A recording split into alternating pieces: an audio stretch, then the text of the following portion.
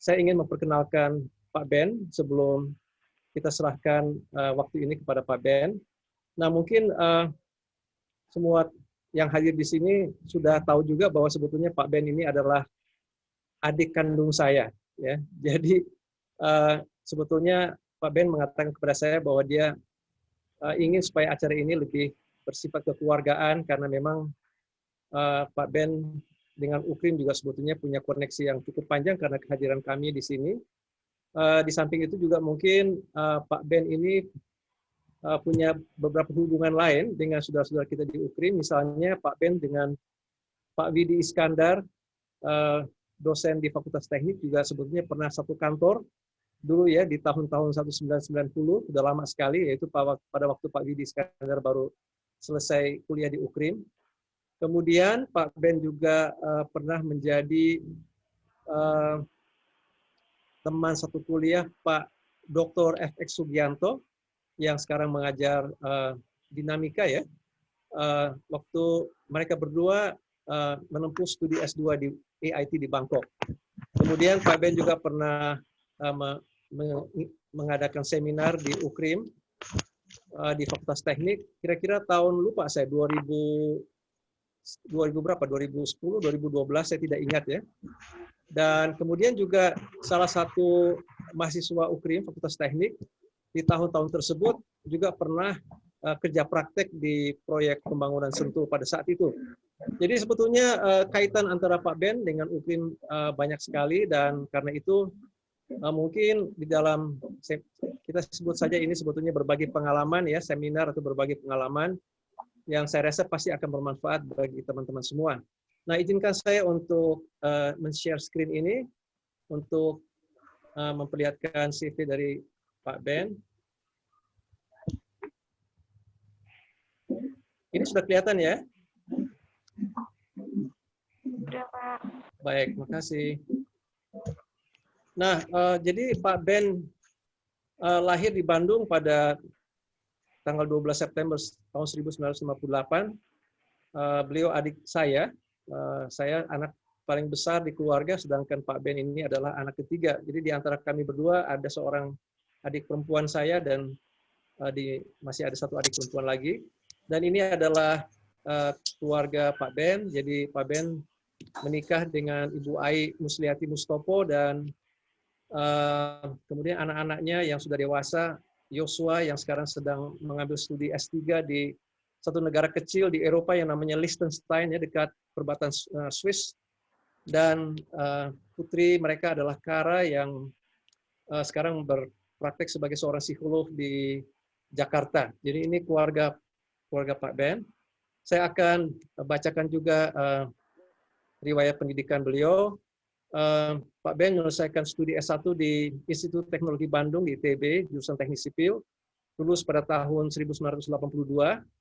Kemudian S2 di Asian Institute of Technology atau AIT, yaitu tempat di mana saya juga menyelesaikan S2, S3 saya, dan juga Pak Sugianto juga di tempat itu.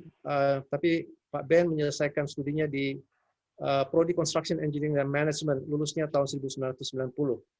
Nah, sekarang masuk kepada pekerjaan. Sebetulnya Pak Ben ini punya pengalaman kerja yang banyak sekali karena terutama pada awal-awal waktu Pak Ben baru saja selesai studi dari S1 ya, Teknik Sipil. Jadi kita lihat di sini antara tahun 1982 sampai 1993, Pak Ben ini terlibat di dalam proyek, tentu saja tidak sekaligus bersama ya. Mulai dengan sebagai seorang junior design engineer di PT Mezan Bandung di proyek irigasi Aceh. Kemudian beliau juga pernah bekerja di Singapura sesudah itu di bagian instrumentation engineer untuk menginstalasi dan monitoring instrumentasi pada pekerjaan galian di proyek MRT Singapura yang waktu itu sedang dibangun ya. Proyek MRT Singapura dibangun kira-kira di tahun 1980 sekian. Dan juga di runway dari Changi International Airport, Bandara International Airport Changi, yaitu runway yang kedua dari bandara tersebut. Pak Ben juga pernah menjadi site engineer di PT Sagita Beton Pratekan dan bertanggung jawab pada pembangunan jembatan Pratekan di salah satu jembatan Pratekan di Jakarta Barat. pernah juga menjadi site engineer di PT Bashi Soletansi Indonesia, perusahaan Prancis, bertanggung jawab untuk pekerjaan grouting pada tunnel di Waduk Saguling, Jawa Barat, dan pada pembangunan pump station di proyek pembangkit tenaga uap Bukit Asam, Sumatera Selatan. Kemudian juga Pak Ben pernah menjadi seorang civil engineer di satu konsultan yang namanya Moh & Associates. Ini konsultan di bidang tanah yang sangat-sangat terkemuka di Asia, berkantor pusat di Taipei, dan bertanggung jawab untuk pekerjaan quality control konstruksi jalan tol atau highway ya, freeway dari Taipei ke kota Hsinchu di Taiwan. Pak Ben juga pernah menjadi senior engineer di PT Earth Science Indonesia dan bertanggung jawab untuk penyusunan dokumen proposal untuk pekerjaan supervisi, penyelidikan geoteknik, dan penyusunan laporan penyelidikan tanah. Kemudian juga pernah menjadi project manager di PT Frankie Pile Indonesia, ditempatkan di Batam, dan bertanggung jawab untuk kegiatan promosi, maintenance, pengembangan PT Frankie Pile Indonesia di Pulau Batam.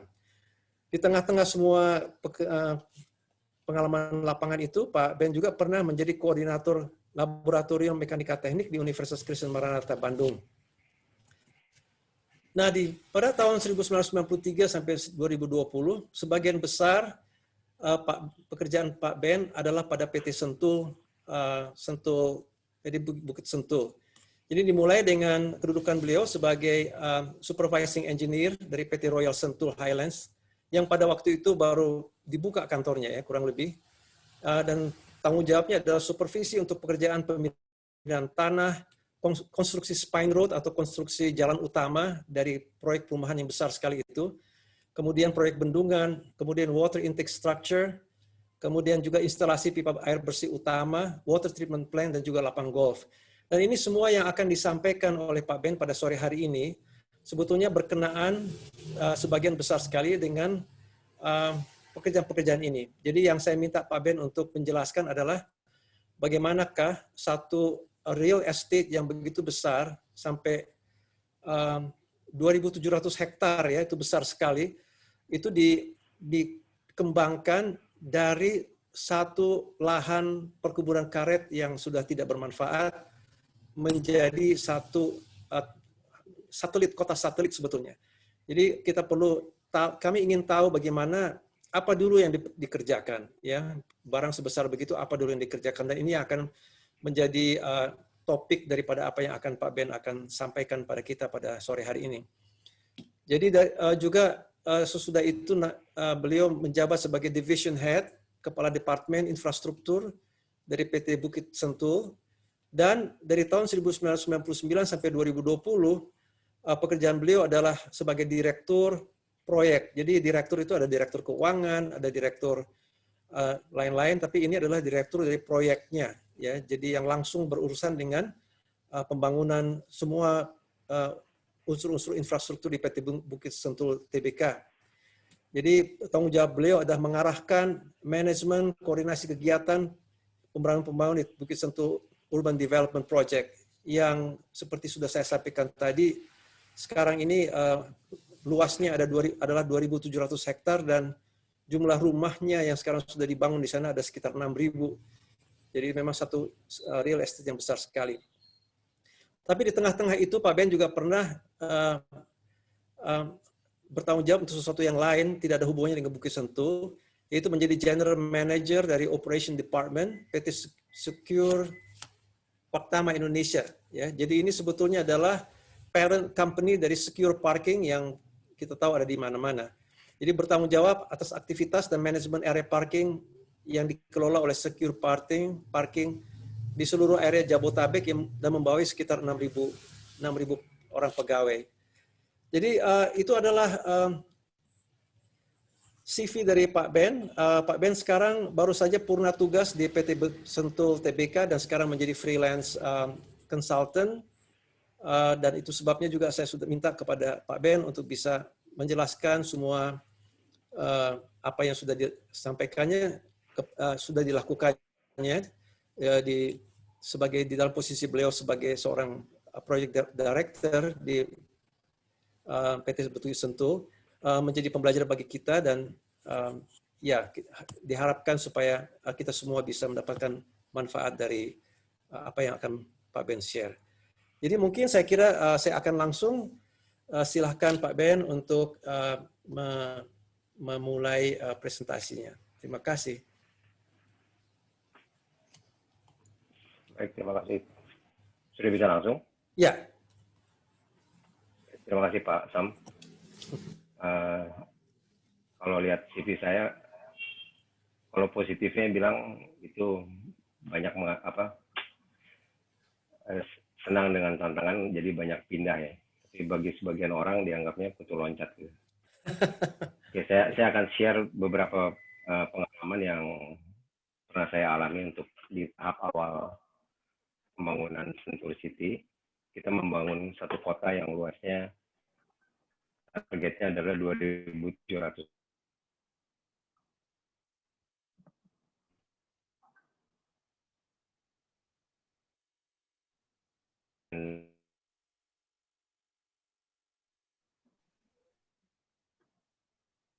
Misi katanya 5 menit saja.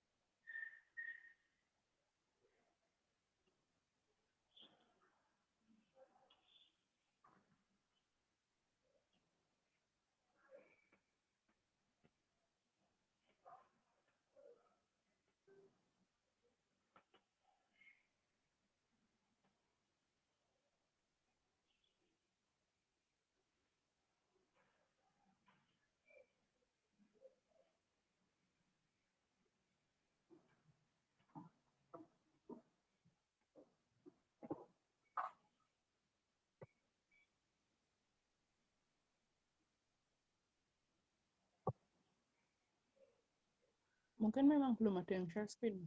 Tadi sudah ada gambar boleh ini sama suaranya.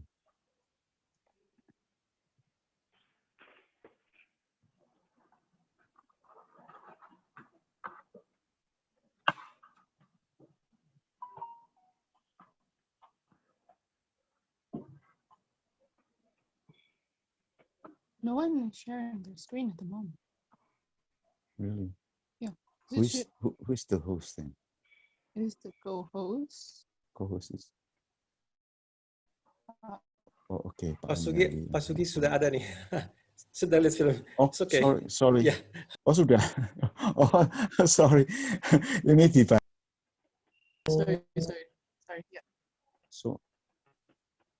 Okay. Memang sedang nggak ada suaranya, Pak. Okay, thank you.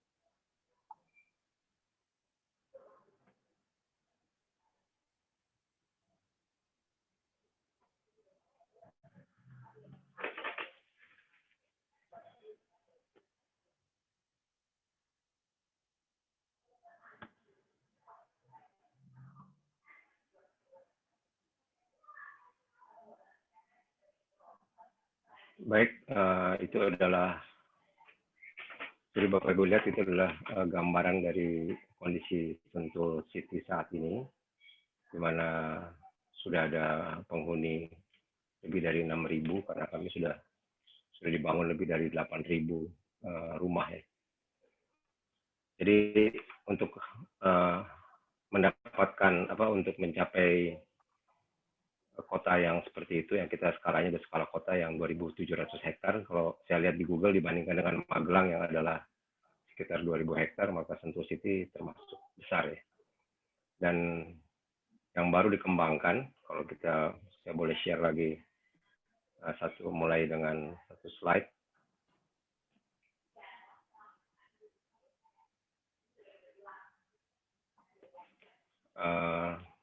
Kita lihat, kalau boleh saya jelaskan dulu posisi Sentul City terhadap Jakarta dan terhadap Bogor. Dia sangat dekat sekali dengan Bogor, hanya 10 menit lewat jalan tol Jagorawi dari Sentul City ke Bogor.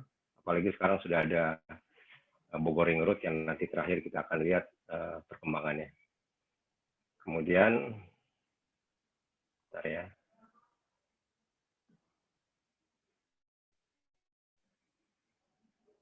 ini lebih jelas. Nah, dari Jakarta ke Bogor ini kira-kira posisi Sentulnya ada di kilometer 36. Jadi kira-kira hanya sekitar 40 km dari pusat kota Jakarta. Kemudian master plan-nya adalah yang 2.700 hektar adalah ini semua. Yang baru dikembangkan baru sebagian, itu sekitar 1.200 hektar mencakup bagian yang ini. Bagian yang ini agak lebih sulit dibandingkan bagian yang di depan, karena yang di belakang ini tuh lebih konturnya lebih bervariasi ya, jadi lebih banyak lembah dan lebih banyak bukitnya. Dan ini master plan ini yang sudah mendapatkan pengesahan izin lokasi seluas 2.400 sampai 2.700 hektar ya. Kemudian ini adalah yang bagian yang sudah dikembangkan sekitar 1.200 hektar. Jadi video yang diambil lewat drone tadi itu, terutama kalau Bapak Ibu Saudara lihat, dia lebih banyak menyorot di jalan utama yang tadi Pak Sam bilang spine road, adalah spine road yang ini. Jarak dari sini, dari titik interchange Jagorawi ke titik yang paling jauh ini kira-kira 7,5 km. Cukup jauh, lumayan 7,5 km. Cuma lebar dari sini ke sininya mungkin sekitar 3-4 kilo. Ini adalah master plan-nya. Kemudian untuk membangun kota kita mulai dari apa? Saya bagi presentasi ini menjadi beberapa bagian. Yang pertama pasti kita ada pekerjaan grading, kemudian ada pekerjaan saluran karena untuk mengendalikan air pada saat air hujan, pada saat turunnya hujan. Kemudian ada pekerjaan perkelasan jalan. Setelah saluran utama kita bikin jalan. Ada juga yang salurannya ada yang merupakan saluran terbuka, ada yang merupakan saluran tertutup yang kita pakai di sana dipakai pipa beton. Kemudian kebetulan juga di sana ada underpass karena karena sebelumnya ini ada desa ya, jadi desa itu jalannya tidak boleh ditutup. Jadi Sentul City membuat underpass supaya tidak ada persimpangan sebidang di antara desa dengan Sentul City. Kemudian untuk kebutuhan air dibuat juga reservoir air baku, dan air baku itu diproses untuk disimpan di proses reservoir air bersih. Kebetulan saya tidak mempunyai koleksi foto water treatment plant, jadi saya tidak tampilkan di sini. Tapi sebetulnya Sentul City mempunyai penjernihan air sendiri. Jadi air dari air baku sini yang diambil dari air hujan dan air sungai dipompa. Ada juga water intake-nya. Cuma kebetulan saya juga tidak ada fotonya di sini. Jadi kita memproses air itu, kemudian disalurkan, dapat dimasukkan ke dalam reservoir air bersih untuk didistribusi kepada rumah-rumah.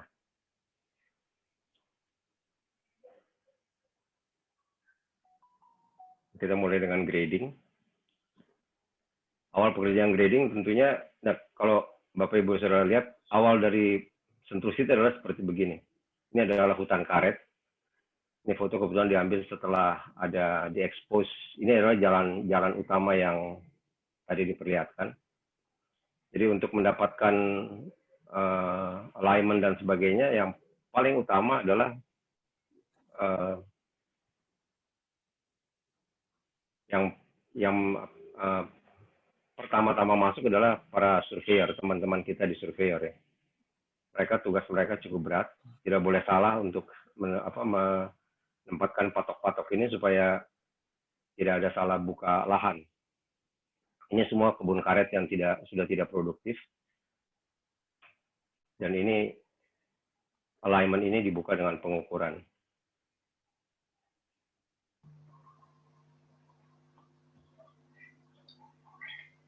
Kemudian tahap berikutnya, setelah dilakukan clearing, bentar saya ganti aja sebentar, ini agak sedikit. Setelah dilakukan pengukuran, maka pertama kali yang dilakukan adalah setelah pemotongan itu kita harus membersihkan lahan tersebut dari vegetasi. Jadi kita lakukan clearing supaya semua vegetasi itu disingkirkan. Nah, ini salah satu contohnya untuk clearing, dibersihkan dulu supaya daerah yang tanahnya mau diambil atau yang mau ditimbun tuh harus bersih dari vegetasi supaya tidak ada pembusukan.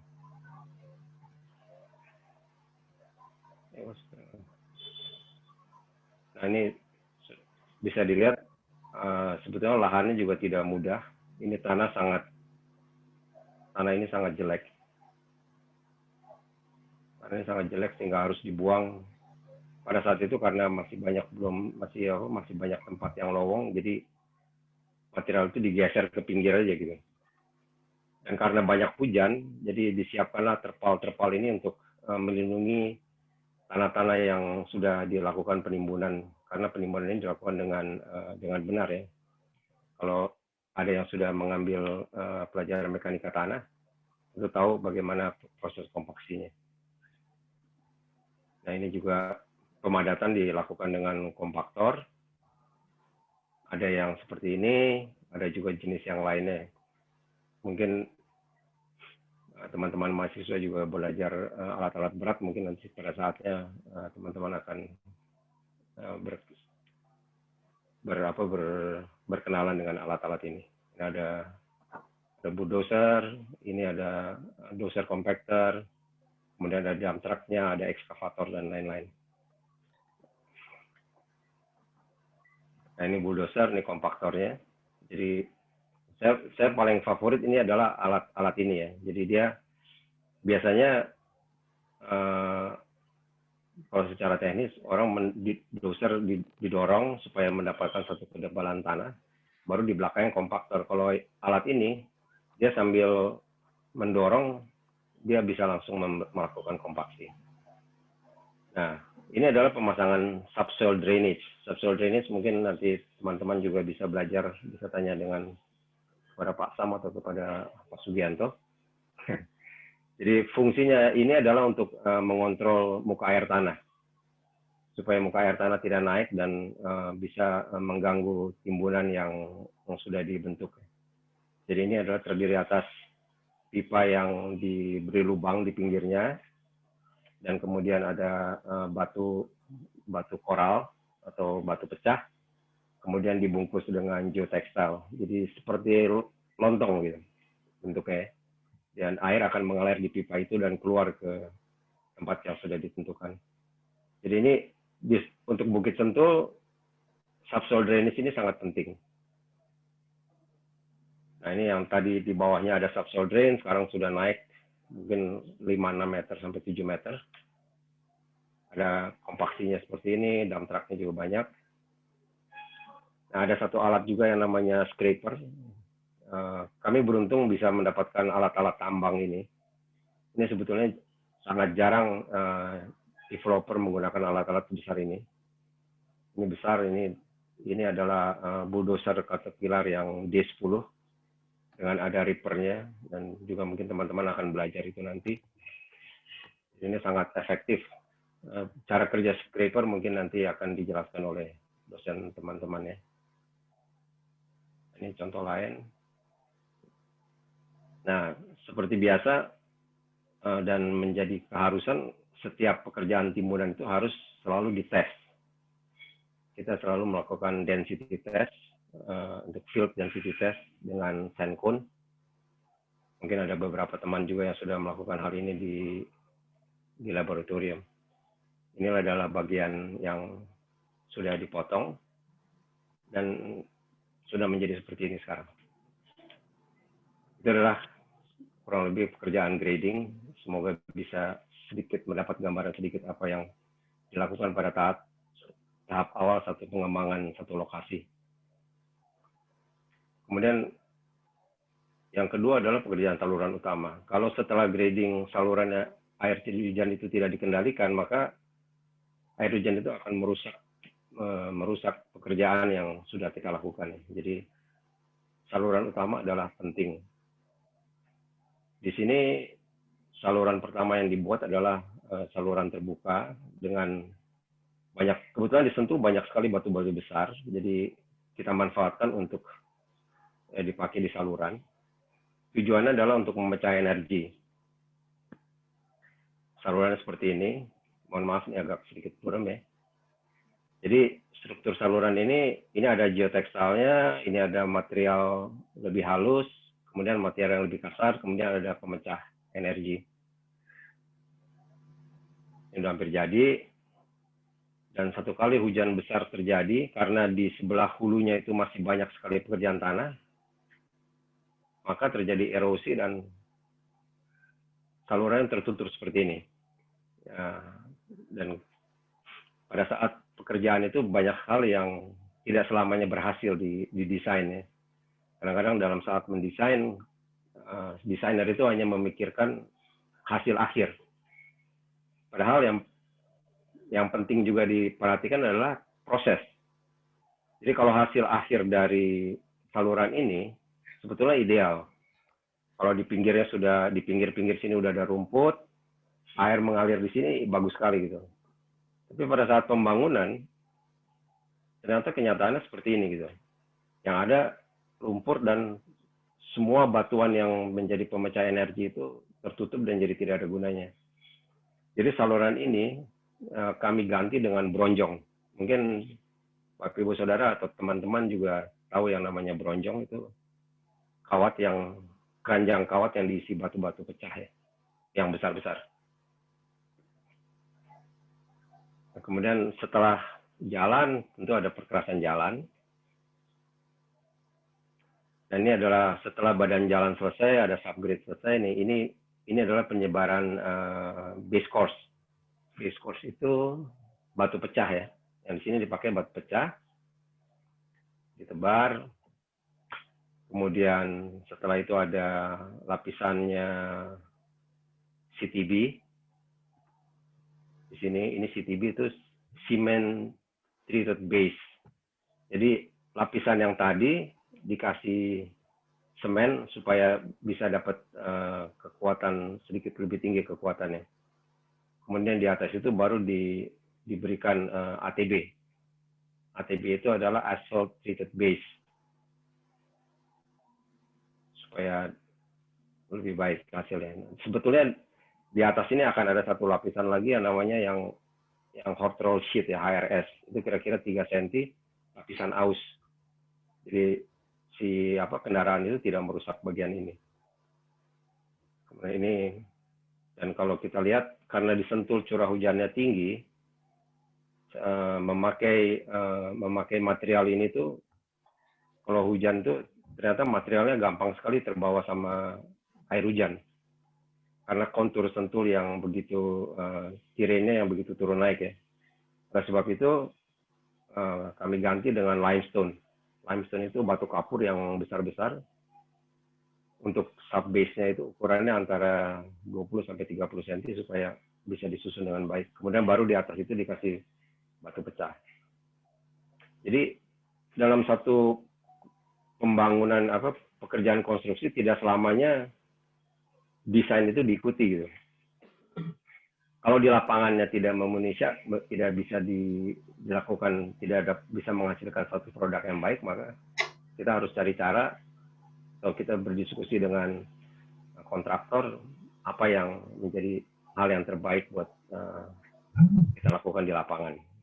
Jadi secara teori memang gampang, kasih base, kasih secara desain, kasih tebal base-nya berapa, kemudian berapa, tapi di lapangan tidak seperti itu. Jadi itu perlu banyak pengalaman untuk mengetahui apakah ini cocok atau tidak.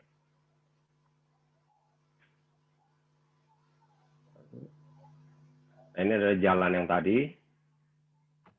Ya, ini yang tadi saya bilang ada spine road, ini ada yang kita bilang spine. Ini jadi jalan utamanya, ini spine-nya.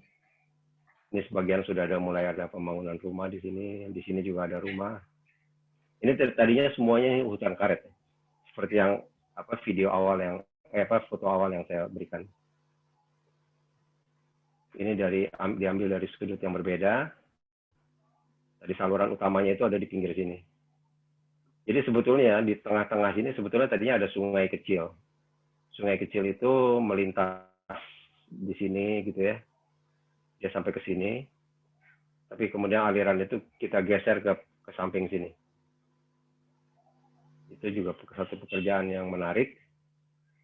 Nah, ini tadinya sungai itu lewat daerah sini. Dan sekarang ini dijadikan reservoir air. Dan sekarang jadinya seperti ini. Jadi ini danau kecil ini 1 hektar dengan kedalaman kira-kira 4-5 meter. Itu fungsinya adalah sebagai tandon air untuk menahan limpasan air hujan supaya tidak membanjiri ke hilir. Jadi kita ada, mungkin Bapak Ibu Saudara pernah dengar tentang apa namanya long storage atau detention pond ya.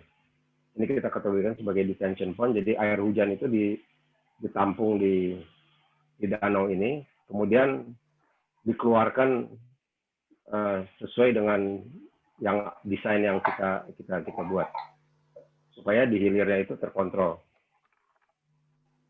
Jadi Sentul City sudah memikirkan untuk tidak menyebabkan banjir ke tempat lain, kita membuat hal-hal seperti ada beberapa tandon seperti ini. Kemudian ada singkat tentang saluran pipa. Saluran pipa ini juga penting. Memakai rubbering ya, pakai seal karet supaya airnya tidak keluar. Ada beberapa macam, tapi kalau mau murah biasanya hanya join biasa aja, kemudian di sampingnya dikasih mortar gitu. Tapi itu tidak terlalu baik. Jadi di Sentul City standarnya itu seperti ini. Ini pemasangannya juga, ini diameternya 1600. Kita lihat orangnya tingginya hampir gitu. Dia pakai supaya bisa masuknya mudah, dia biasanya pakai sabun colek ya. Jadi itu akal-akalnya orang lapangan itu mesti banyak akal memang. Ini sambungannya setelah didorong jadi seperti ini, rapat sekali. Kemudian ini ada satu foto underpass yang tadi saya cerita. Mohon maaf, gambarnya tidak terlalu bagus. Ini adalah persiapan dari base dari underpass tersebut. Yang tadi itu adalah di sini. Ini masuk 2 kendaraan bersimpangan ya. Lebarnya kira-kira 5 meter. Nah, ini jadinya seperti ini. Jadi jalan kampung itu kita lalui ke sini. Yang dari sini ke sini itu Sentul. Kemudian pembangunan reservoir air. Reservoir air baku ya. Ini adalah lahannya. Ini masih acak-acakan begini. Bendungnya itu dibangun dari sini sampai sini. Nah, kalau membendung air itu kan harus ada inletnya, outletnya. Outlet itu pengeluaran. Jadi ini adalah persiapan pembuatan spillway. Spillway-nya pembuatannya seperti ini, dia dilalui dengan pipa beton tadi. Dia dikasih beton bertulang karena pipa ini tertanam di kedalaman lebih dari 15 meter di bawah badan bendung. Jadi harus dilindungi dengan beton. Nah, ini adalah persiapan ya secara garis besar, persiapan dari dinding dam. Harus bersih, tidak boleh ada, ini dibersihkannya dengan kompresor angin ya, tidak boleh ada butiran yang, karena ini adalah bagian dari core. Nah, ini adalah inti dari dam. Mungkin nanti teman-teman juga akan belajar sedikit tentang dam. Jadi ini terdiri atas material clay atau lempung yang permeability-nya sangat rendah, supaya air yang dari sini tidak gampang merembas ke sana. Pekerjaannya sangat teliti. Ini orang-orang ini tugasnya adalah mengambil batu kecil atau batu yang ukuran satu kepal begini. Jadi semuanya harus tanah, jadi tidak boleh ada batu. Ini pekerjaannya harus teliti karena ini merupakan inti dari bendung. Nah, ini bendungnya sudah jadi, dan di atas bendung itu kita manfaatkan buat jalan. Ini spillway yang tadi adalah ini. Ini kita pakai istilahnya glory manhole ya. Jadi air itu turun ke sini, dia akan lari ke sana. Nah, ini setelah hujan beberapa saat, jadi dikasih riprap. Riprap itu adalah pasangan batu ya. Mungkin nanti saya nggak tahu apakah Pak Sam mengajar ini atau tidak. Air sudah terisi, tidak sudah lebih penuh lagi. Nanti air itu akan meluap ke sini seperti ini. Nah, ini keadaan sekarang adalah seperti ini. Ini manhole yang tadi itu di sini. Saya masih hijau sekali. Ini adalah satu hal yang membuat saya cukup menyenangkan dalam proyek ini adalah karena hampir setiap pelajaran di teknik sipil itu ada di dalam proyek ini ya. Kecuali lapangan terbang sama pelabuhan yang nggak ada. Kemudian kita lihat seperti saya cerita tadi, dari air baku ini diolah untuk disimpan di reservoir air bersih ini. Reservoir ini kapasitasnya 3.500 meter kubik, cukup besar, struktur beton. Ini proses pembangunannya, jadinya seperti ini. Nanti ini akan tertutup ya. Dan ini ada di bawah, akan tertimbun di bawah, di dalam tanah. Itu adalah reservoir, kemudian kita ke kerjaan pelebaran jalan. Jadi jalan yang sudah jadi, karena perkembangan kota, yang tadinya hanya 2 lane, hanya 2 lajur, dilebarkan menjadi 3 lajur. Dan memang di desain awal itu memang sudah disiapkan sebetulnya disiapkan untuk 4 lajur. 4 lajur ya. 4 lajur kiri kanan. Jadi daerah milik jalannya itu damijanya itu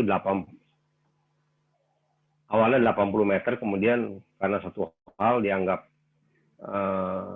boros gitu, karena tanah lebih berharga untuk dijual, jadi dipersempit menjadi 60 meter. Tapi ini masih bisa untuk 4 lane ke arah sana dan 4 lajur ke arah sini. Dengan lebar lajurnya adalah 3,5 meter. Jadi untuk jalan-jalan di Sentul menurut saya cukup baik ya, cukup lebar. Jadi awalnya karena ini sudah banyak lalu lintas, maka rambu itu sangat penting. Awal tentu ada stake out-nya, kembali peran teman-teman dari pengukuran itu sangat penting. Kemudian digali, harus ada proteksi seperti umumnya di jalan utama. Ini untuk keselamatan pengendara di yang sebelah sini. Ini adalah persiapan untuk subgrade-nya. Kerjaannya sulit karena lahannya sempit ya, tidak seperti pekerjaan yang awal pada saat kita membangun yang belum ada kegiatan apa-apa, belum ada lalu lintas apa-apa.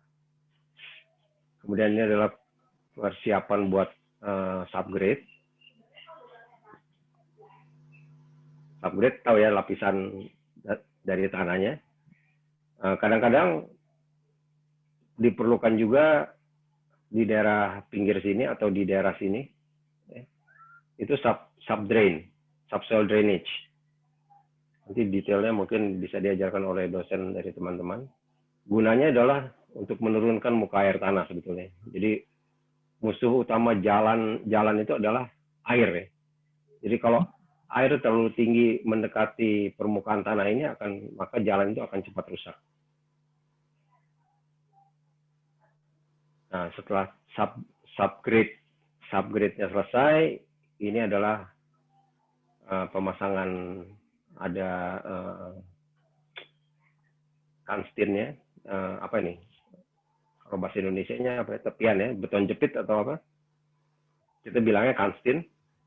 Itu juga untuk supaya lebih rapih, tapi tidak semuanya diberi kanstin. Ini hanya bagian persimpangan saja supaya rapi. Ini adalah base-nya, kemudian pengecoran. Kita pakai beton karena curah hujan yang tinggi kalau memakai material yang sama dengan jalan yang di sebelah sini, itu mungkin pekerjaannya akan jauh lebih lama karena untuk mencapai kepadatan dari base course itu agak sulit. Jadi digunakan beton. Nah, setelah pengecoran, ini di-cure. Ini adalah geotextile. Kemudian disiram supaya reaksi betonnya bisa lebih sempurna. Dan kalau soal beton mungkin Pak Dr. Sugianto yang bisa menjelaskan. Karena Pak Gianto itu ahli struktur ya. Dan ini hasil akhir dari jalannya. Kalau yang tadi di depan itu ada kanstin, yang di sini langsung berbatasan dengan rumput. Ini adalah bagian terakhir dari presentasi saya. Ada bonusnya adalah simpang susun. Simpang susun Sentul Selatan. Itu tadi pier-nya. Yang ini adalah pier-nya.